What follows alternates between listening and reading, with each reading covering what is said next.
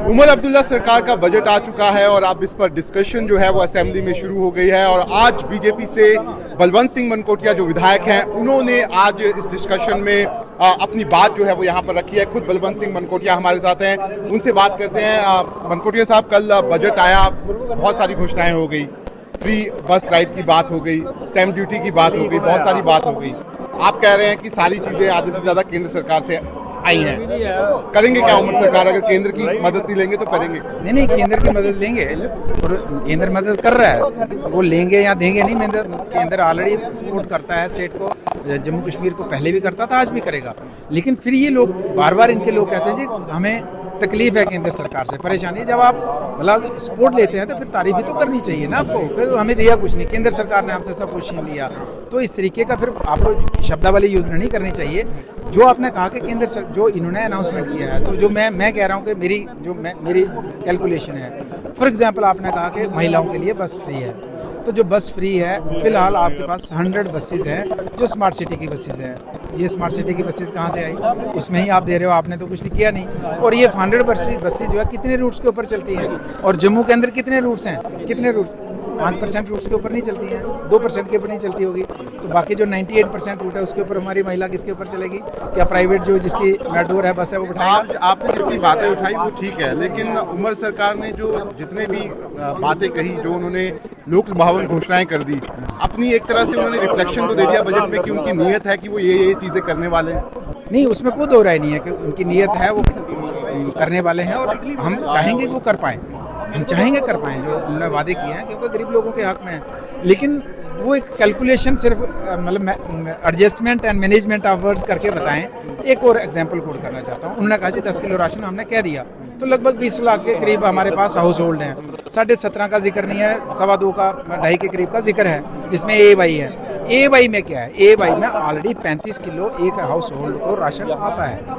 और उस 35 किलो में इन्होंने क्या कहा कि जनाब जिस घर के 3 सदस्य हैं उसको हम नहीं देंगे और 10 किलो वो हमारे खाते में पड़ जाएगा। अगर उस हाउस होल्ड में 4 मेंबर हैं तो 35 में हम 5 ऐड करेंगे और 40 किलो देंगे और हम कहेंगे जनाब 10 किलो हमने दे दिया। आपकी कलेक्शन तो आप जो बता रहे हैं वो तो ठीक है, लेकिन उमर अब्दुल्ला सरकार ने उन्होंने पहले ही कहा कि हमारे खजाने में पैसा नहीं है। उसके बावजूद अगर वो 5 किलो भी दे रहे हैं तो आपको नहीं लगता कि उन्होंने एक शुरुआत तो कर दी, लोगों को बता तो दिया कि मैं करना चाहता हूँ लेकिन मेरे पास पैसा नहीं है? मैंने एक शब्दावली और भी यूज की कि जब ये चुनाव हुआ, चुनाव होने के बाद जो हमारे पावर्स, LG की पावर्स, मुख्यमंत्री होगा उसकी क्या पावर, मंत्रियों की पावर, MLAs की पावर डेजिग्नेटेड थी।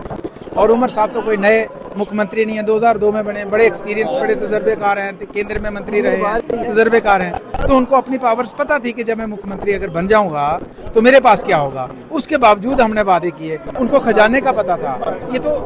ये जो चीजें मैं कल वादे की, वो कह रहे हैं मैं 5 साल के लिए आया हूँ, अभी मैंने शुरुआत किया, आगे भी मैं सारे वादों को पूरा करूंगा, मैं पैसा जनरेट करूंगा, मैं सारी चीजें करूंगा। तो आपको नहीं लगता उमर सरकार ने कोशिश तो कर दी उन्होंने ये करने की? मैं कहता हूँ शायद उनकी नीयत में कोई खोट ना हो, लेकिन आप कहें कि डेली वेजर का सवाल पूछें, आप कहते जी नहीं या 5 साल में, तो मैं कहता हूँ ठीक है, कोई बात नहीं, 5 साल में कीजिए। पर जो एक डिपार्टमेंट तो ले लेते हैं, एक कैटेगरी तो ले लेते हैं। आपकी रियासत के अंदर जब सबसे ज्यादा युवाओं को नाराजगी है कि रियासत के अंदर 35 बिलो एज के 69% लोग हैं, तो उनको तो कुछ नहीं मिला ना इसमें। उनको रोजगार के लिए उनका आपने वादा किया, आपने 5 लाख नौकरियों को वादा कैसे कर दिया? आपको पता था कि नहीं है मेरे हाथ में। यानी कि मेरा कहने का मतलब है कि उमर सरकार या दूसरी, मेरा कहने का जब हम पॉलिटिकल लोग ऐसी बातें कहते हैं जिससे पॉलिटिकल सिस्टम से, पॉलिटिकल लीडर से लोगों का विश्वास उठता है, वैसा नहीं करना चाहिए हमें। हाँ, एक बात है कि जो क्योंकि हम डेली वेजर से लगातार बात कर रहे थे, उनको एक बड़ी निराशा हाथ लगी है। उन्होंने कहा कि जिक्र तक हमारा मतलब नहीं किया गया बजट में, लेकिन जो अंदर खाने से खबर सुन रहे हैं उनका ये पता लग रही है कि असेंबली में अब क्योंकि डिस्कशन चल रही है उसमें डिस्कस होगा।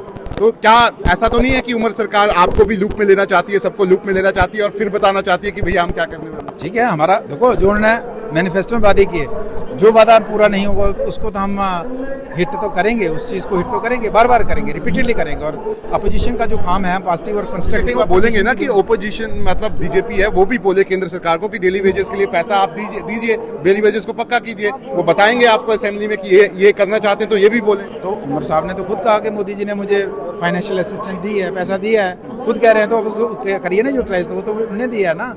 तो ये आए हमारे पास, बैठे हमारे साथ, कहेंगे आप हमारे साथ चलिए दिल्ली, हम भी करेंगे सिफारिश अगर उनको कुछ चीज़ की। वैसे ही मोदी साहब उनको दे रहे हैं, लगता है कि कम दे रहे हैं तो चले हमारे, हमें भी कहेंगे चलो साथ में। तो डेली वेजेस से मेरी बात हुई, उन्होंने कहा कि जो नंबर, उमर साहब ने कल कहा कि नंबर हमारे पास एग्जैक्ट नहीं है। डेली वेजेस ने कहा कि जब इलेक्शन हो रहे थे उससे पहले तो प्रेस कॉन्फ्रेंस कर दी उन्होंने कि उन्होंने कहा कि हमारे पास सब कुछ है। ये क्या उमर सरकार क्या कर रही है, आपको क्या लगता है? यही तो दिक्कत है ना, मैं यही कह रहा हूँ कि पॉलिटिकल सेटअप से, डेमोक्रेटिक सेटअप से और इलेक्टेड गवर्नमेंट से, चुने हुए नुमाइंदों से इसीलिए विश्वास लोगों का उठता है कि जब हम इलेक्शन के समय कुछ कहते हैं, इलेक्शन के बाद कुछ कहते हैं, इसलिए आखिरी विश्वास। सवाल, आपको लगता है, आज मैं देख रहा था आपने स्पीच शुरू की, आपने कहा कि पहले हम स्पीच देते थे तो लोगों की जो मौत होती थी उससे हम शुरुआत करते थे, आपको भी एक सेटिस्फेक्शन है कि आज जो मुद्दे उठ रहे हैं वो बिजली, पानी, सड़क, इस तरह के मुद्दे उठ रहे हैं? बिल्कुल बिल्कुल खुशी है। देखिए मैंने अपना जिक्र भी किया है कि देखिए हमारे लिए पानी के लिए 2 दिन इंतज़ार किया जा सकता है, आगे पीछे से पानी लाया जा सकता है, सड़क के लिए महीने 2 साल इंतज़ार किया जा सकता है, लेकिन इंसानी ज़िंदगी के साथ कोई कंप्रोमाइज़ नहीं है ना। इंसानी ज़िंदगी किसी भी इलेक्टेड गवर्नमेंट के लिए सबसे ज़्यादा इंपॉर्टेंट है,